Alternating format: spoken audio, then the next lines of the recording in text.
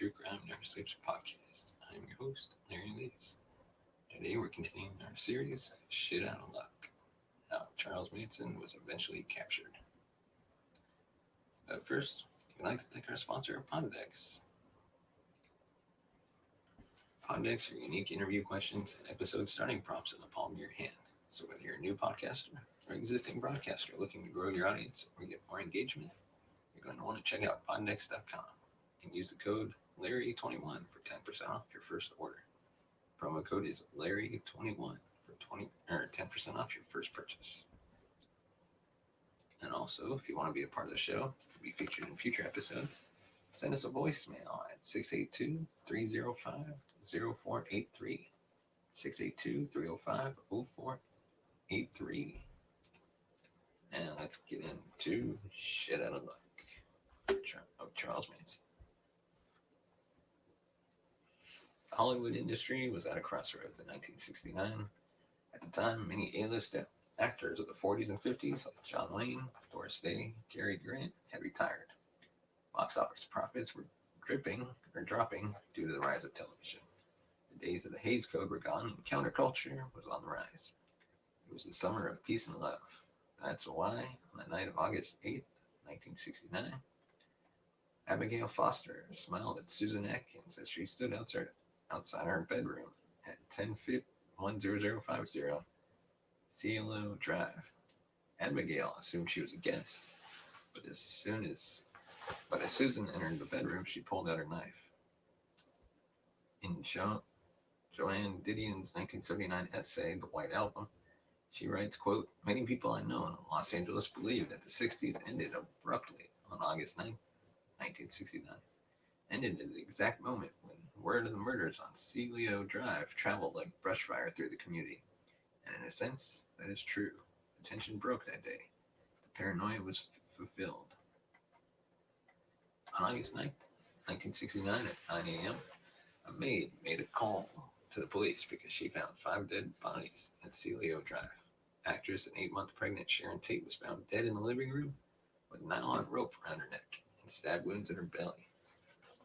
Celebrity hairstylist Jay Sebring was found with the same nylon rope around his neck and a towel covering his face. He had been shot. The bodies of Abigail Folger, Coffee Harris, and Polish writer, I can't even pronounce his name, Frykowski, were found on the lawn, both with multiple stab wounds. Frykowski had been shot and hit over the head repeatedly with a blunt object. A body later, as Steve Parent was found dead in the driver's seat of a Rambler on the driveway. He had been shot. Tate's blood was used to write "pig" on her front door. The next night, August 10th, supermarket owner Leno LaBlanca and his wife Rosemary were found brutally murdered at 3301 Waverly Drive in Los Feliz. In Leno's blood, "Rise" was written on the wall, and "War" was carved on his abdomen, with the carving fork still in his stomach. Also written in blood on the wall was "Death to Pigs" and the phrase "Helter Skelter," misspelled on the refrigerator in blood. It would take investigators approximately 4 months to connect the murders back to Charles Manson and his family. Charles Manson was born November 12, 1934, in Cincinnati, Ohio. His mother, Kathleen Maddox, was 16 at the time of his birth, and he never knew his biological father. Shortly after Kathleen's son was born, she married William Manson and called baby Charles Manson after her new husband. His mother was neglectful and attempted to enter him into foster care. Instead, he was sent to a caretaking institution called the Gavalt School for Boys, the first of many schools.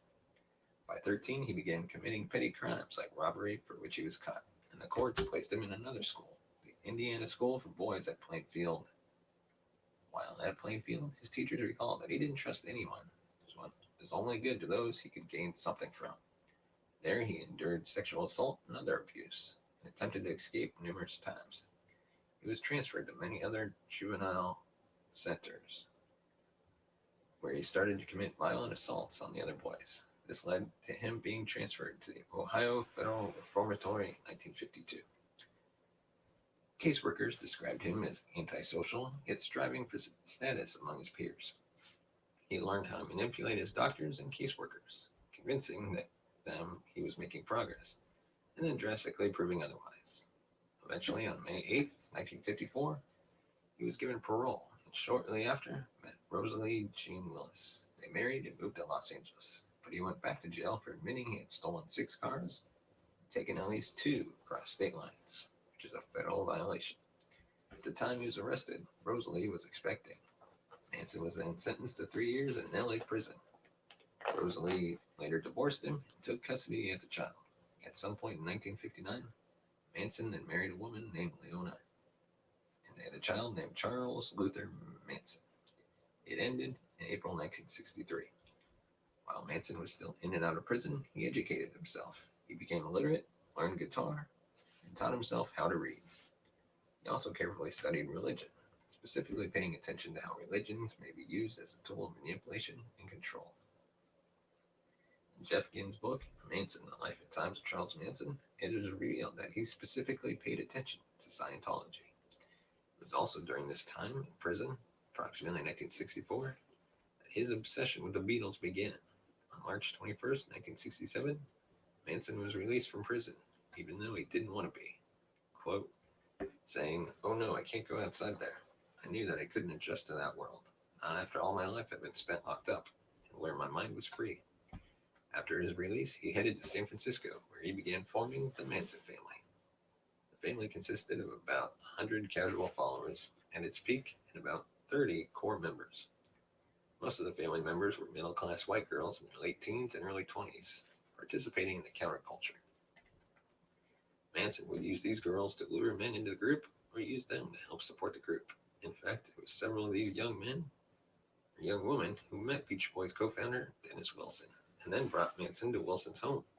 The family bounced around Los Angeles but finally settled at Spahn Ranch, where Manson had total control. He forbade members from carrying money and wearing sunglasses. He would make members take LSD while he lectured them for hours about the future of humanity. Conclusions he had drawn from the Book of Revelations and the Beatles' White Album.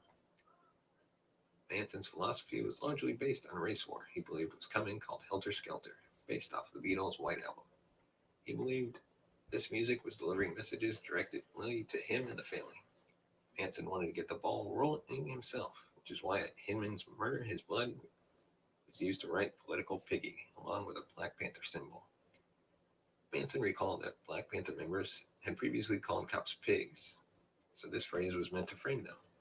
This also explained Tate's blood used to write pig on her front door and the phrase rise death to pigs in a misspelled Helter Skelter, written in blood at the Yonka crime scene, along with war carved into LeBlanc's stomach. The LA Sheriff's Office raided the Spahn Ranch on August 16, 1969, shortly after the Tate murders, but it was merely on the suspicion of car theft. After the Manson family was released from this raid, they relocated to the Barker Ranch in Death Valley. Then in early October 1969, Manson and 22 other family members were raided at Barker Ranch and arrested again, this time for stealing RV equipment. Family member Susan Atkins was arrested during this raid. It was also during this raid that the 2 girls approached the police, saying they needed their help, that they were trying to leave the family. One of the girls asking for help was Kitty Ludisinger, who the police had been looking for because they knew she was the girlfriend of Bobby Boselli, the main suspect of the Gary Hinman murder, which happened back in July 1969. Hinman was a musician and supposed friend of Manson's. In 1969, Manson sent his followers to rob him. He was held hostage for 2 days, during which Manson cut his ear. Family member Bobby Boselli finally killed him. In blood, they wrote Political Piggy on the wall and drew the Black Panther symbol. On October 12, 1969, following the Barker Ranch raid and arrest, Kitty told the police that Susan Atkins and Bobby had been sent on Manson's orders to Hinman's house for money. Kitty had heard back at the ranch that someone was killed, and Susan Atkins had told her about stabbing a man several times in the leg. October 13th, Atkins was questioned by the Los Angeles Sheriff's Office, when she told investigators that Bobby held Hinman hostage for 2 days and then stabbed him to death.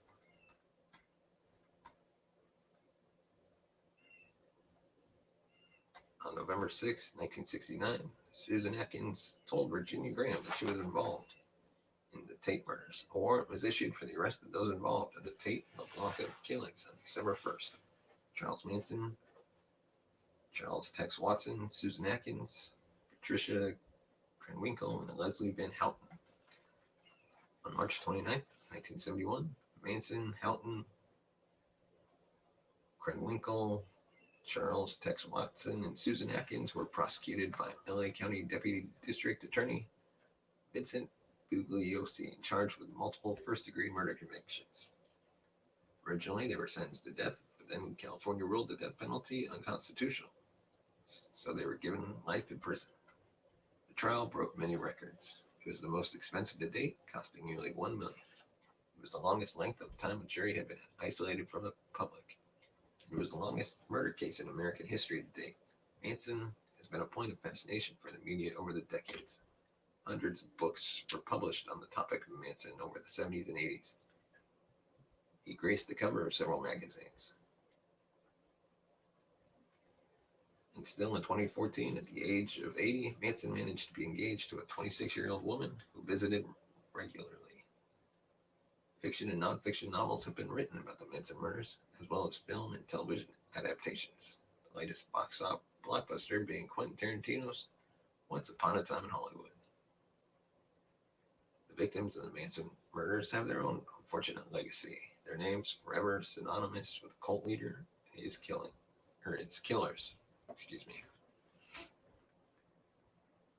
And that's all we have for this episode of Shit Out of Luck on the True Crime Never Sleeps podcast. Once again, we'd like to thank the sponsor Poddex for sponsoring this episode. Check them out today at poddex.com and use the promo code Larry21 for 10% off your first purchase. And also, if you want to be a part of the show for future episodes, send us a voicemail at 682-305-0483. That's 682-305-0483. Let us know your thoughts on Manson. And leave us you can send us a tweet at TrueCrimeNS or find us on Instagram at True Crime Never Sleeps Podcast. Thanks for watching, and we'll see you next time.